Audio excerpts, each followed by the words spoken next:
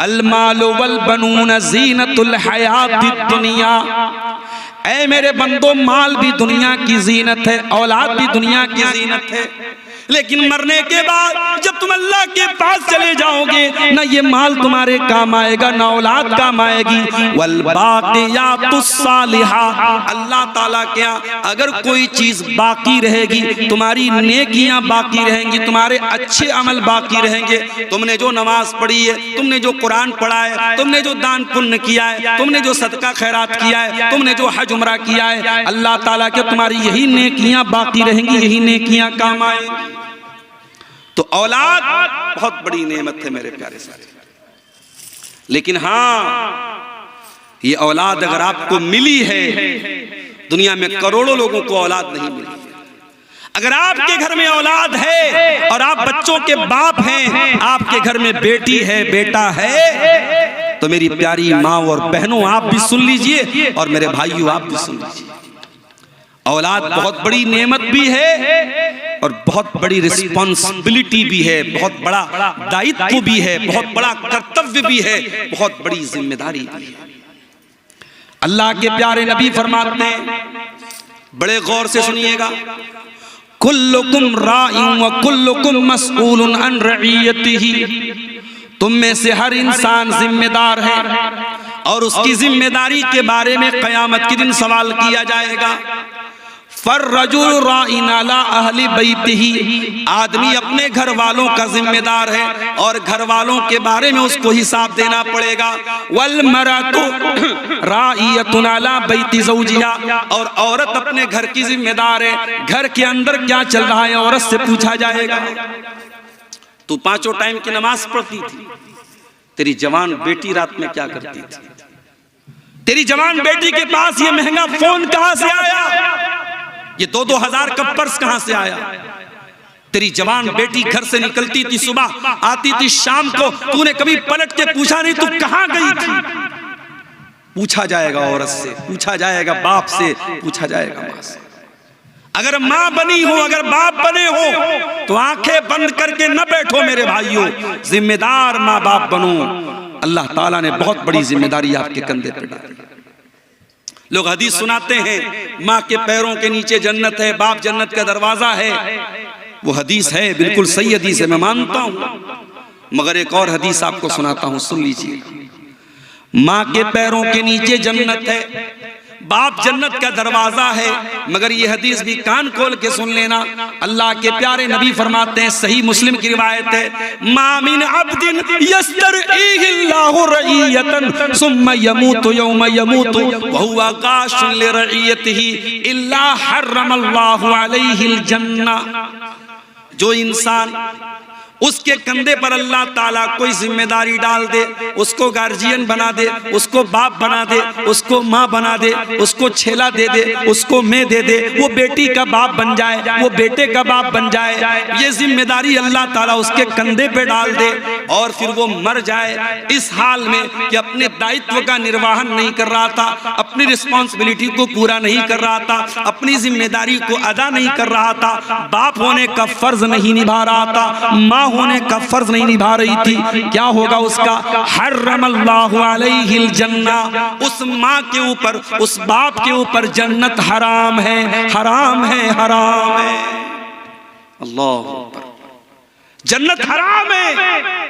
आप कहते हैं माँ के पैरों के नीचे जन्नत है, आप कहते हैं बाप जन्नत का दरवाजा है। अल्लाह के नबी कहते हैं, अगर बाप ने बाप होने का हक अदा नहीं किया, अगर माँ ने माँ होने का हक अदा नहीं किया, तो उस माँ के लिए जन्नत हराम है, उस बाप के लिए जन्नत हराम है।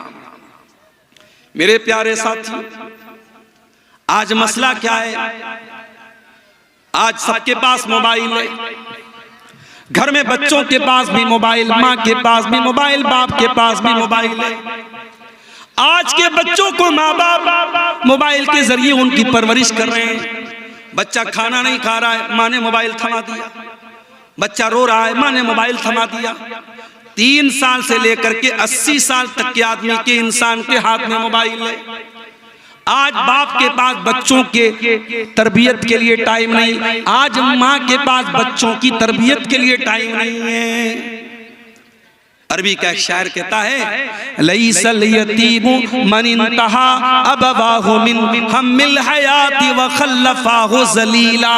यतीम वो नहीं है जिसके माँ बाप उसे छोड़ के चले जाएं, अनाथ वो नहीं है, अनाथ वो नहीं है, यतीम वो नहीं है जिसके माँ बाप उसको छोड़ के चले जाएं। इन्नल यतीम हुवल्लज़ी तल्का लहू उम्मन तखल्लत औ अबम मशगूला। अरे यतीम तो वो है जिसकी माँ के पास उसके लिए समय ना हो, जिसके बाप के पास उसके लिए टाइम ना हो। हजरत लुकमान का नाम सुना है आपने? कौन थे वो कोई नबी नहीं थे, कोई पैगंबर नहीं थे। वो लुकमान एक अल्लाह के नेक बंदे थे। उनके नाम पर कुरान में पूरी एक सूरत उतार दी गई, सूरह लुकमान। भाई लुकमान के अंदर ऐसी क्या खास बात थी? वो नबी भी नहीं थे, पैगंबर भी नहीं थे, रसूल भी नहीं थे, उनके नाम पे कुरान में सूरत क्यों उतर गई? अल्लाह कहता है वलक़द आतैना लुकमानल हिकमा, हमने लुकमान को बड़ा बुद्धिमान बनाया था, बड़ा हमने उनको अक्लमंद बनाया था, बहुत हिकमत वाला बनाया था, बहुत उनके अंदर विजडम थी, हिकमत थी, उनके अंदर बड़ी समझदारी थी। ऐ अल्लाह, हमें कैसे पता चलेगा कि लुकमान बड़े हिकमत वाले थे? हमें कैसे पता चलेगा लुकमान बहुत बुद्धिमान थे? हमें कैसे मालूम होगा लुकमान बहुत जीनियस थे? अल्लाह ने फरमाया आओ मैं बताता हूँ। व इज़ क़ाला लुकमानु लिब्निही व हुवा यइज़ुहु या बुनय्या ला तुशरिक बिल्लाह इन्न शिर्क लज़ुल्मुन अज़ीम। लुकमान समझदार थे, जीनियस थे, बुद्धिमान थे। क्यों? क्योंकि लुकमान अपने बच्चे को नसीहत करते हैं, अपने बच्चे की तरबियत करते हैं, अपने बच्चे को प्यार से समझाते हैं और कहते हैं ऐ मेरे बच्चे, अल्लाह के साथ कभी शिर्क मत करना, अल्लाह के साथ कभी शिर्क मत करना। इस दुनिया का सबसे बड़ा पाप क्या है? शिर्क। आजकल बड़ी इस पर चर्चा हो रही है, मुसलमान वंदे मातरम क्यों नहीं गाता, मुसलमान वंदे मातरम क्यों नहीं गाता।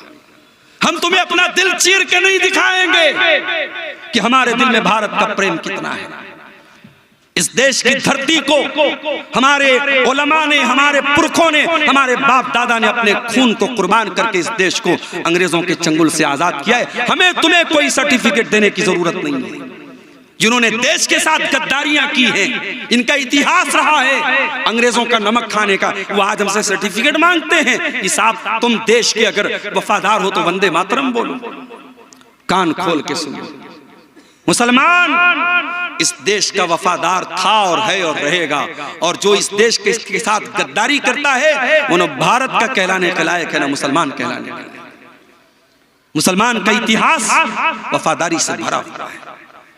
लेकिन हाँ, मुसलमान हर कंकर को, हर पत्थर को, हर पानी को, हर पहाड़ को रब मानने वाला नहीं है। मुसलमान एक रब को मानता है। मुसलमान नमाज पढ़ता है, पांचों टाइम की नमाज में 17 बार वो अल्लाह के सामने ये कमिटमेंट करता है, ये इकरार करता है इय्याका नअबुदु व इय्याका नस्तईन। ऐ अल्लाह, हम उपासना करते हैं तो तेरी करते हैं, हम पूजा करते हैं तो तेरी करते हैं, हम मुश्किल कुशा मानते हैं तो तुझको मानते हैं, हम संकट मोचक मानते हैं तो तुझको मानते हैं, हम बीमारी से शिफा देने वाला मानते हैं तो तुझे मानते हैं, हम औलाद देने वाला मानते हैं तो तुझे मानते हैं। इय्याका नअबुदु व इय्याका नस्तईन। ऐ अल्लाह, हम मदद मांगते तो तुझसे मांगते हैं, हमें देने वाला तू है, हमारी पूजा और इबादत के लायक तू है। वंदे मातरम का मतलब ये होता है भारत की माता मैं तेरी वंदना करता हूं, मैं तेरी इबादत करता हूं। मुसलमान भारत की इबादत नहीं करता है।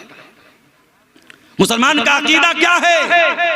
मैं तेरी मोहब्बत में गिरफ्तार हूं, लेकिन मैं तेरी मोहब्बत में गिरफ्तार हूँ, लेकिन मैं तुझको खुदा समझूं ये इम्कान नहीं है। ऐ भारत की सरजमीन, हम तुझसे बहुत प्रेम करते हैं, बहुत प्यार करते हैं। मैं तुझसे प्रेम तो करता हूँ, मैं तुझसे प्यार तो करता हूँ, लेकिन ऐ भारत, मैं तुझको अपना रब मान लूं, मैं तुझको अपना खुदा मान लूं, ये नहीं हो सकता। मैं ला इलाहा इल्लल्लाह का कलमा पढ़ने वाला हूँ, मैं एक अल्लाह के सिवा किसी और को अपना रब नहीं मान सकता, किसी और को अपना खुदा नहीं मान सकता। ये है इस्लाम। और मेरे प्यारे साथियों, यही तौहीद की शिक्षा और यही तौहीद की तालीम आपको अपने बच्चों को भी देना है। हजरत लुकमान अपने बच्चे को नसीहत कर रहे हैं, समझा रहे हैं और कहते ऐ मेरे बच्चे, अल्लाह के साथ कभी शिर्क मत करना। दुनिया का सबसे बड़ा पाप ये कि तू अल्लाह के साथ शिर्क करे। आज इतने बड़े बड़े जलसे हो रहे हैं, आज इतनी लंबी लंबी तकरीरें हो रही हैं, लेकिन आपके सीमांचल के बहुत सारे मुसलमान लड़के और लड़कियों को यह भी नहीं पता तौहीद किसको कहते हैं, शिर्क किसको कहते हैं। ना जानकारी में बहुत सारे ऐसे काम भी आज हमारे समाज में हो रहे हैं जो नहीं होने चाहिए। इसी अररिया की सरजमीन पर मुझे लोगों ने बताया इज्तिमा हो रहा है। कैसा इज्तिमा हो रहा है? तबलीगी जमात के लोगों का इज्तिमा हो रहा है। क्या हो रहा है उसके अंदर? कभी आप गौर कीजिएगा, उस तबलीगी जमात के इज्तिमा में कभी तौहीद पर बात नहीं होगी, कभी अकीदे पर बात नहीं होगी, कभी शिर्क को शिर्क नहीं कहा जाएगा, कभी बिदअत को बिदअत नहीं कहा जाएगा। उसमें सिर्फ मीठी मीठी बातें बताई जाएंगी। नमाज पढ़ो, छोटों से प्यार करो, बड़ों का एहतराम करो, सच बोलो, वादा खिलाफी मत करो। मीठी मीठी बातें बताई जाएंगी, कड़वी बात कोई नहीं बताई जाएगी।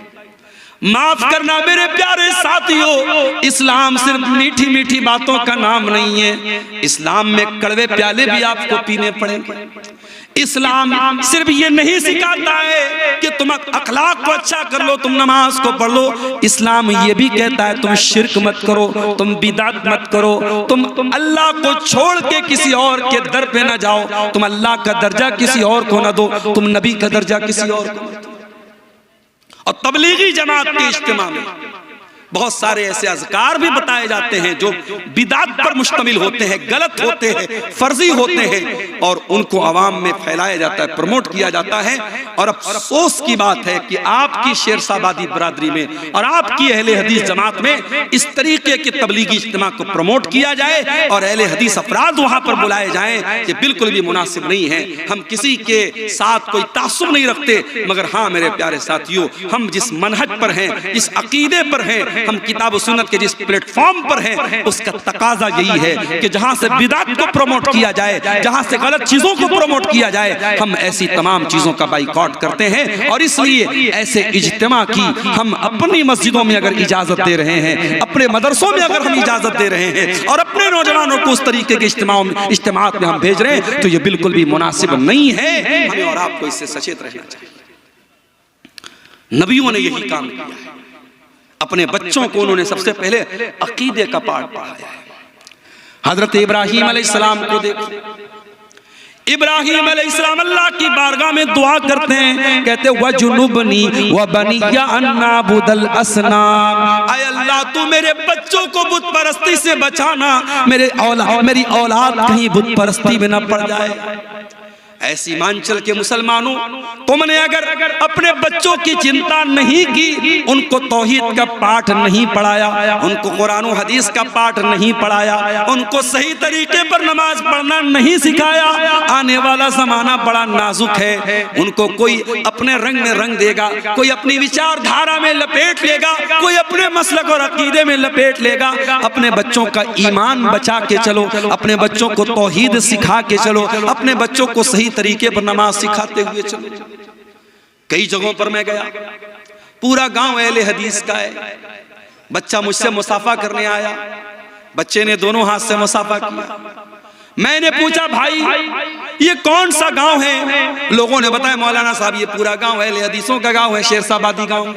मैंने कहा बच्चा दोनों हाथ से मुसाफा क्यों कर रहा है? क्या इसको ये नहीं बताया गया कि सुन्नत तरीका ये है एक हाथ से मुसाफा किया जाए? लोगों ने कहा मौलाना साहब इसके बाप फला जगह रहते हैं, वहाँ दो हाथ से मुसाफा का रिवाज है, वहीं ये बच्चा भी रहता है, इसलिए वहीं से वो चीज सीख करके आया है। आपके बच्चे, आप उनको कुछ बताएं या ना बताएं, आपके समाज में जो प्रचलित है, जो चल रहा है, जो हो रहा है, बच्चे उसी से सीखते हैं। मेरे प्यारे साथी, अगर आपके समाज में लड़कियां पर्दा नहीं करेंगी, अगर आपके समाज में लड़की नकाब में नहीं निकलेगी, तो आपकी बेटी भी जब जवान होगी वो घर से बगैर नकाब के ही निकलेगी। उसको बताना नहीं पड़ेगा, समाज में जो चल रहा है आपकी बेटी भी उसी से प्रभावित हो जाएगी, उसी से मुतासिर हो जाएगी। इसलिए मेरे प्यारे साथियों, समाज में क्या चल रहा है ये मत देखो, अल्लाह क्या चाहता है, रसूल क्या चाहते हैं, वही अपने बच्चों को बताओ और सिखाओ। हजरत इब्राहीम अलैहिस्सलाम अल्लाह से दुआ करते हैं, वजुनुबनी व बनी या अन्नाबुदल असनाम, ऐ अल्लाह तू मेरे बच्चों को बुत परस्ती से बचा ले। आपके मरने का टाइम आता है, आप अपने बच्चों को बुलाते हैं, मैं इतनी जमीन छोड़ के जा रहा हूं, इतना खेत छोड़ के जा रहा हूं, जमीन के बारे में वसीयत करके जाते हैं, खेतों के बारे में वसीयत करके जाते हैं, अपने बच्चों को जमीन और जायदाद के बारे में बता के जाते हैं। आओ, अल्लाह का एक नबी भी इंतकाल करने वाला है, उस नबी का नाम याकूब अलैहिस्सलाम है। अम कुंतुम शुहदा इज़ हदर याकूब अल मौत, याद करो जब याकूब की मौत का टाइम आ गया, इज़ क़ाला लिबनीही, जब याकूब अलैहिस्सलाम ने अपने 12 बेटों को बुलाया, उनके 12 बेटे थे, उनके 12 बेटे थे और एक बेटे का नाम यूसुफ था, उन्हीं के 12 बेटों को बनी इसराइल कहा जाता है। याकूब अलैहिस्सलाम का दूसरा नाम इसराइल था, उन्हीं के 12 बेटों को बनी इसराइल कहा जाता है। याकूब अलैहिस्सलाम का आखिरी टाइम है, अंतिम समय है, मृत्यु का समय है, मौत का टाइम है। अपने 12 बेटों से जो चारपाई के आसपास खड़े हैं, हजरत याकूब क्या पूछते हैं? ये नहीं पूछते मेरे बच्चों मेरे खेत का क्या करोगे, मेरे घर का क्या करोगे, मेरी जायदाद का क्या करोगे, पूछते माता बुदून मिन बादी, ऐ मेरे बच्चों तुम मेरे बाद किसकी इबादत करोगे, किसके आगे सर झुकाओगे, किससे दुआ करोगे, किसके आगे अपना माथा टेकोगे। माता बुदून मिन बादी, ऐ मेरे बच्चों तुम मेरे बाद किसकी इबादत करोगे। कालू नाबुदु इलाहका व इलाह आबाइका इब्राहीम व इस्माइल व इसहाका इलाहन वाहिदा।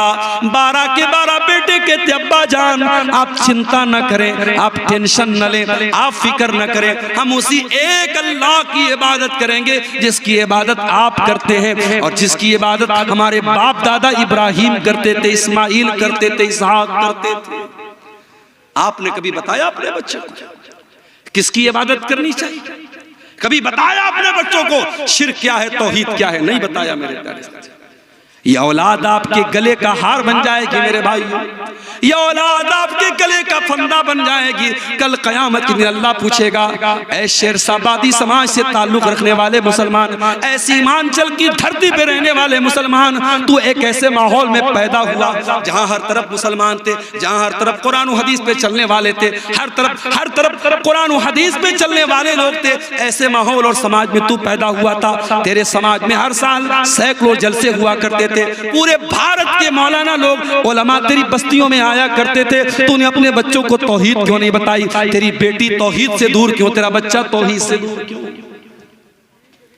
जानते हो तौहीद क्या है? आओ तौहीद की एक झलक आपको बता देता हूं।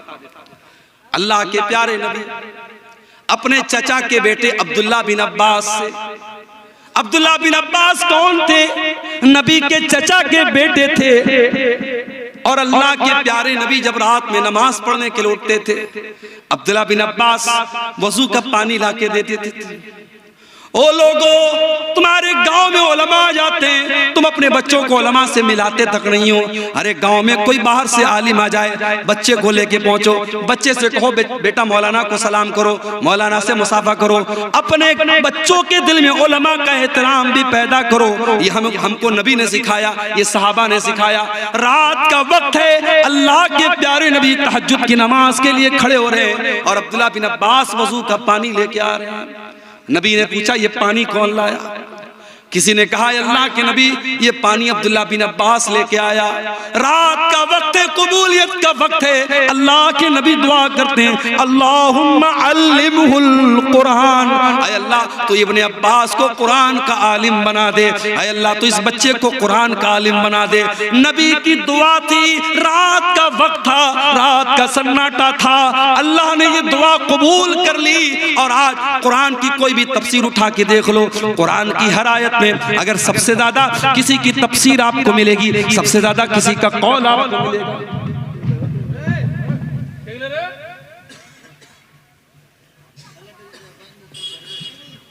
सबसे ज्यादा किसी का कौल आपको मिलेगा तो अब्दुल्ला बिन अब्बास का मिलेगा।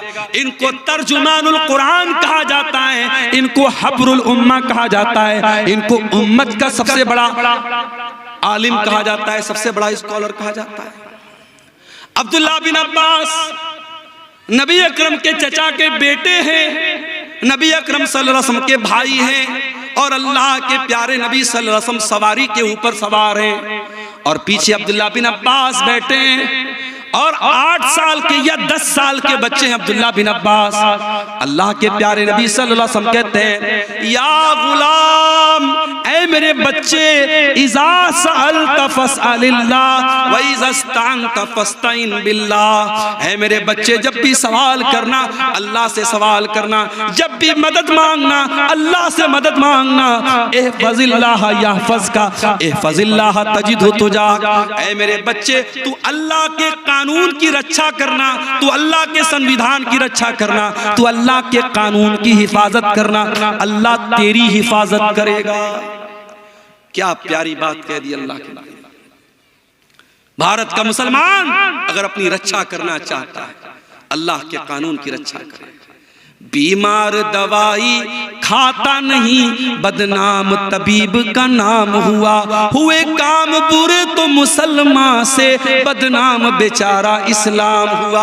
हम कदम कदम पे अल्लाह के कानून को तोड़ रहे हैं, हम अल्लाह के कानून से बगावत कर रहे हैं और उसके बाद हम ये शिकायत कर रहे हैं, अल्लाह हमारी रक्षा क्यों नहीं कर रहा, अल्लाह हमारी हिफाजत क्यों नहीं कर रहा। अल्लाह के नबी अब्दुल्ला बिन अब्बास से कहते हैं, इहफज़िल्लाह यहफज़का, तू अल्लाह की हिफाजत कर, अल्लाह तेरी हिफाजत करेगा। इहफज़िल्लाह तजिदहु तुजाहक, तू अल्लाह की हिफाजत कर, अल्लाह तेरे सामने होगा। जब तू अल्लाह के दीन की हिफाजत करेगा, जब तू अल्लाह के कानून की हिफाजत करेगा, जब तू अल्लाह के हलाल को हलाल जानेगा, जब तू अल्लाह के हराम को हराम जानेगा, ऐ मेरे बच्चे, अल्लाह तेरी मदद को हमेशा तेरे सामने होगा। और अगला जुमला सुन लो, ओ बिहार के मुसलमानों, बड़ी चिंता में पड़े हो, अब क्या होगा तब क्या होगा। बिहार वाले यूपी वालों के बारे में पूछते हैं, आपके यहाँ क्या हालात चल रहे हैं। सुन लो, अल्लाह के प्यारे नबी 8 साल के बच्चे को क्या मैसेज दे रहे हैं। काश कि भारत के मुसलमानों तुमने ये मैसेज ले लिया होता, ये पैगाम तुमने समझ लिया होता। अल्लाह के नबी कहते हैं, वअलम अन्नल उम्मत लविज्तमाअत अला अन यनफऊक बिशैइन। ऐ मेरे बच्चे, सारी दुनिया मिल करके अगर तुझे कोई फायदा पहुंचाना चाहे, ला यनफऊका, तो तुझे कोई फायदा नहीं पहुंचा सकती, इल्ला बिशैइन क़द कतबहु अल्लाहु लक, सिवाय उसके जो तेरी तकदीर में लिखा है। तकदीर से बढ़ के तुझे कोई फायदा मिलने वाला, कोई लाभ मिलने वाला, कोई प्रॉफिट मिलने वाला नहीं है। और अल्लाह ने अगर तेरे मुकद्दर में कोई नुकसान लिख दिया है, सारी दुनिया मिल करके तुझे उस नुकसान से नहीं रोक सकती। उतना ही नुकसान तुझको पहुंचेगा जितना नुकसान अल्लाह ने तेरी तकदीर में लिख दिया है। रुफ़ियतिल अक़लाम व जफ़्फ़तिस सुहफ़, अल्लाह ने तकदीर का जो कलम, जिस कलम से तकदीर को लिखा था, वो कलम उठा लिए गए और तकदीर जिस कागज पे लिखी गई वो कागज सूख चुका है। अब तकदीर फाइनल हो चुकी है, अब तकदीर चेंज होने वाली नहीं है। मेरे प्यारे साथियों, अल्लाह के नबी 8 साल के बच्चे को ये सबक दिया। आपका बच्चा आपके साथ खाना खाने बैठता है, आपने अपने बच्चे को कितनी मर्तबा खाना खाने का तरीका बताया। हजरत सलमा कहते हैं, मैं अल्लाह के नबी के साथ बैठा हुआ था, मैं बाएं हाथ से खाना खाने लगा।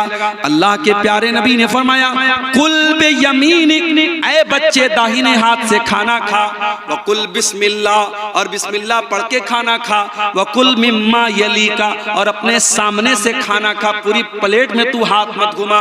हजरत सलमा कहते हैं, अल्लाह के प्यारे नबी ने मुझे खाने का जो तरीका बता दिया, सारी जिंदगी मुझे वो तरीका याद रहा और उसी तरीके पर मैं खाना खाता रहा।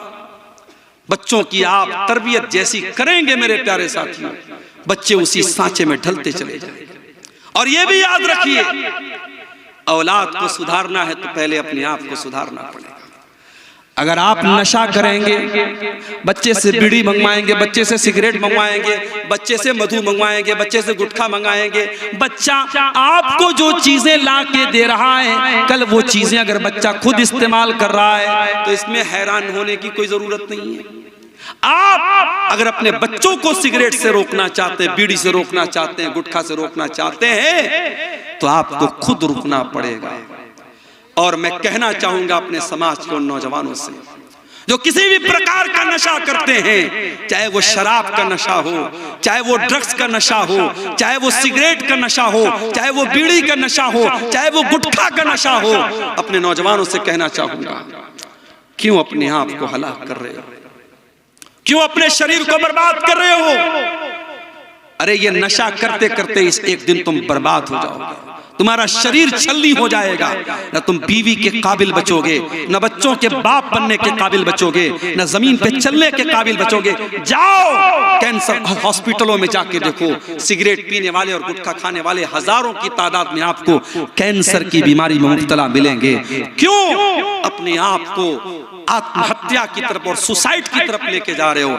ऐ शराब पीने वाले इंसान, ये शराब जिसे तेरी शरीयत में उम्मुल खबाइस कहा गया, तमाम बुराइयों की जड़ कहा गया, और जिस शराब को पी करके जब तू अपने घर में आएगा तो इस बात की गारंटी नहीं है कि तेरा हाथ तेरी बीवी के दामन तक जाएगा, या तेरी माँ के गरेबान तक जाएगा, या तेरी बहन के गरेबान तक जाएगा। जिस शराब को पी करके तू हलाल और हराम को भूल सकता है, ऐ मुसलमान, अल्लाह के वास्ते उस शराब की लानत को छोड़ दे। और अगर तू ये कहता है कि नहीं मुझे तो शराब की लत लग चुकी है, मुझे तो गुटखे की लत लग चुकी है, तो आओ मैं तुम्हें बताता हूं, सब मदीना के अंदर सहाबा शराब पिया करते थे, शराब की लत थी उनको, शराब उनके दस्तरखान पे रखी रहती थी। मगर जब कुरान की आयत नाजिल होती है, सूरे मायदा की आयत नाजिल होती है, या अय्युहल्लज़ीना आमनू इन्नमल खम्रु वल मैसिरु वल अंसाब, ऐ ईमान वालो, ये शराब, ये जुआ,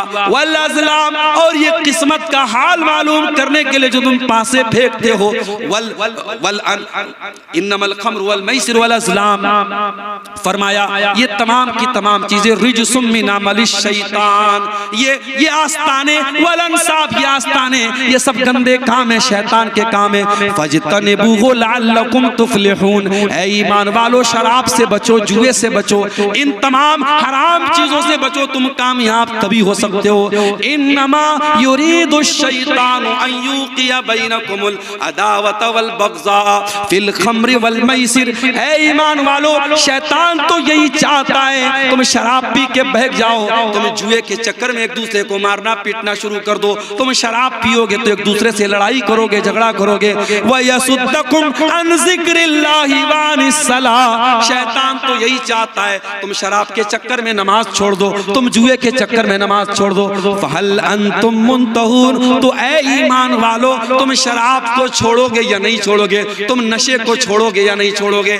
जब कुरान की आयत नाजिल हुई, नबी के साहबा ने ऐलान कर दिया, इंतहाइना इंतहाइना, ऐ अल्लाह, हम शराब को अब हाथ नहीं लगाएंगे, हम जुए को अब हाथ नहीं लगाएंगे। सहाबा ने अपने घर से शराब के बर्तन निकाल दिए, शराब के प्याले निकाल दिए, जिस घड़े में वो शराब रखते थे, जिस बर्तन में वो शराब रखते थे, उन्होंने बर्तन को भी तोड़ दिया, बर्तन को भी फेंक दिया।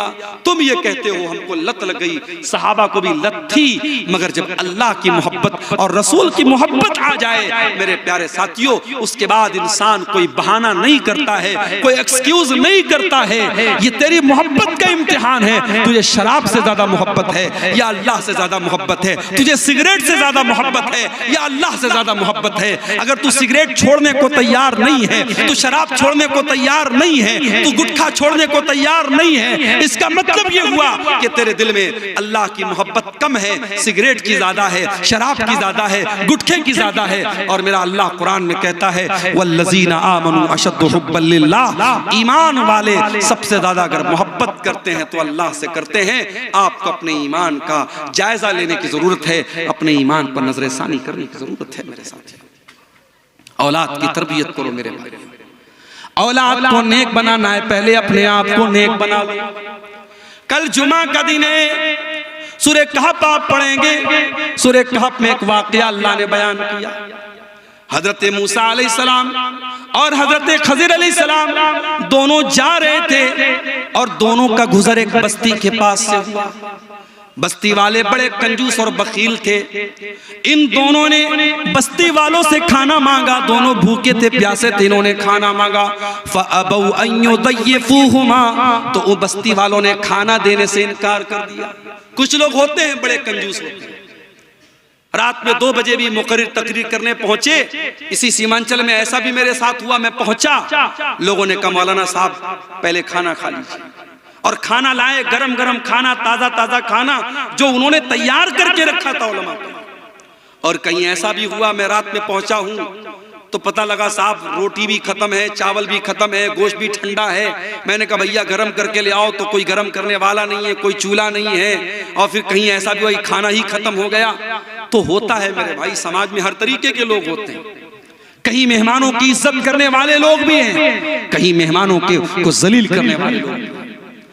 कहीं ऐसा भी हुआ आलिम पहुंचा है, लोगों ने उसको हाथों हाथ लिया है। कहीं ऐसा भी हुआ है आलिम को पहुंचने में देर हो गई तो लोगों ने कहा है कि अगर हमारा बस चलता तो रस्सी में बांध करके आलिम को मारेंगे और पीटेंगे। इसी सीमांचल में ऐसा भी हुआ है मेरे साथी। तो होता है ये दुनिया में दस्तूर रहा है, अच्छे लोग भी हैं, बुरे लोग भी हैं। मूसा अलैहिस्सलाम और हजरत खजीर अलैहिस्सलाम दोनों नबी हैं, पैगंबर हैं, और दोनों बेचारे भूखे प्यासे हैं। खाना मांगा, बस्ती वालों ने कहा कि हम खाना तुमको नहीं खिला सकते। दोनों बेचारे भूखे प्यासे बैठे हुए। फवजदा फीहा जिदारन युरीदु अन यनक़ज़्ज़ा, दोनों ने देखा कि गांव के अंदर एक मकान की दीवार बिल्कुल टेढ़ी हो गई है, गिरने वाली है। दोनों ने देखा कि दीवार गिरने वाली है। फ़अक़ामा, हजरत खज़िर खड़े हुए और उन्होंने दीवार को सीधा कर दिया। इसका मतलब कि हजरत खज़िर बड़े बॉडी बिल्डर थे। ऐ नौजवानों, अगर आपके आसपास में कोई जिम है तो जिम जाओ, जिम नहीं है तो दौड़ लगाओ, डंबल उठाओ, अपनी बॉडी को मजबूत बनाओ, अपनी बॉडी को, अपने शरीर को मजबूत बनाओ। ऐ नौजवानों, अपने शरीर को मजबूत बनाओ, ताकतवर बनो। गुटखा खा करके अपने शरीर को बर्बाद न करो, गंदी फिल्में देख करके अपने शरीर को बर्बाद न करो, ज़िना और बदकारी करके अपने शरीर को और ज़मीर को बर्बाद न करो, ताकतवर बनो। हजरत खज़िर ताकतवर थे, उन्होंने अपने हाथ से दीवार को ठीक कर दिया।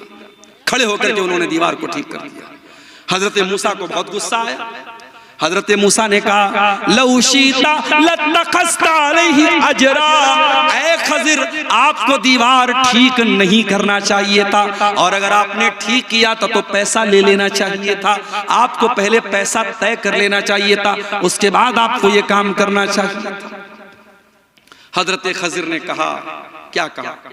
कहा व अम्मल जिदारु फ़काना लिग़ुलामैनि यतीमैनि फ़िल मदीनति व काना